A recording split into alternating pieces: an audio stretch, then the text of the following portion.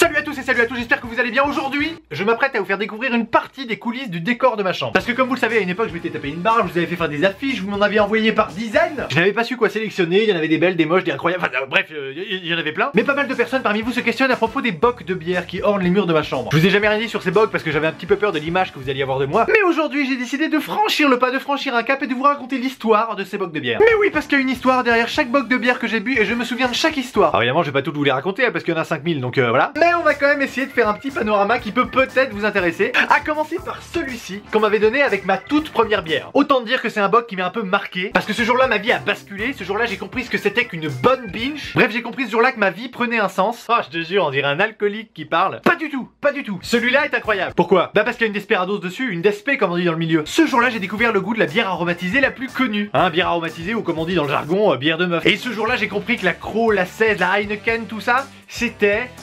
dégueulasse. C'est vraiment la bière du pauvre. Bon, j'ai rien contre les pauvres hein, quand tu vois l'état de mon mur, enfin bref, c'est pas le sujet. Tout ça pour dire qu'une bouteille de Despe, faut pas me la mettre sous le nez parce que elle disparaît très vite. Alors celui-là est incroyable parce que le serveur s'était trompé et il m'avait amené une bière que je n'avais pas commandée. Il y a donc quelqu'un qui avait commandé une bière et qui ne l'a jamais eu. Du coup vous me connaissez, pas fou, j'en ai profité quand même. C'était vraiment un beau moment. Je tenais les larmes aux yeux rien que d'en parler. Oui, c'était un moment plein d'émotions. Celui-là, la première fois que j'ai été pompette. Ah bah, je m'en souviens parce que ça avait été loin. Hein. Attends, je m'étais levé en plein milieu de la soirée. J'ai regardé la serveuse droit dans les yeux et j'ai lâché un dab. Et je peux te dire, c'était l'époque où le dab était même pas connu. Hein. Donc c'est vous dire un petit peu le pouvoir de l'alcool et ses ravages. Hein. Attention, je rappelle d'ailleurs que l'alcool est à consommer avec modération. Hein. Tu sais, modération, le mec que personne ne connaît mais dont tout le monde parle partout dans tous les bars. Hein, c'est un peu comme le soldat inconnu, personne le connaît mais tout le monde le respecte. Bah modération c'est pareil, personne le connaît mais bon tout le monde le respecte pas pour le coup. Cette vanne est d'une lourdeur. Alors celui-là, je m'en souviens parce qu'on me l'a donné dans un bar. Sans blague, je me doute bien qu'on te l'a pas donné chez Franprix. Ça va, c'est bon, voilà, je précise, vous êtes pas obligé de me gueuler dessus. Hein. Celui-là, on me l'a donné dans un café, ce qui n'est pas la même chose. C'est clairement pas la même ambiance. Après, évidemment, la brasserie c'est encore autre chose. C'est pour les riches connards parisiens. Et après, il y a le restaurant. Enfin, je sais pas pourquoi je parle de ça, c'est pas le sujet de la vidéo. Enfin, voyons.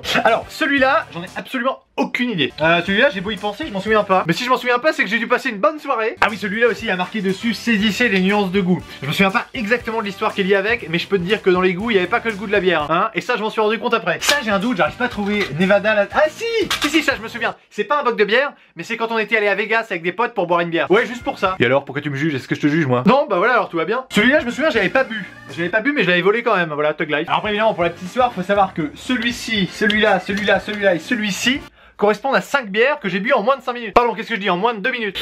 Autant dire que les sous-bocs ils ont pas trop servi, hein, ils sont comme neufs. Hein. En revanche, pour après, j'ai eu besoin d'autre chose que des sous-bocs. Enfin, je vous passe les détails, c'est un peu dégueulasse. Enfin bref, je vais m'arrêter là. J'espère que cette présentation vous a plu. J'espère que ça vous intéresse d'en savoir un petit peu plus sur l'environnement qui m'entoure, qui est un peu finalement votre environnement aussi, puisque quand vous regardez mes vidéos, il y a toujours ces murs avec ces bocs de bière autour. Ça me paraissait important de vous en dire un peu plus à ce sujet. J'espère que les terminales qui regardent cette vidéo sont bien en train de travailler leur baccalauréat. D'ailleurs, c'est pas normal que vous soyez en train de regarder cette vidéo. Et il faut que j'arrête de parler aussi vite. Je vous souhaite à tous une très bonne soirée. Ici, il fait à peu près 50 000 degrés et c'est assez insupportable. Et je vous dis à très vite dans une prochaine vidéo. Attendez, j'ai oublié un truc. N'oubliez pas de mettre un pouce bleu.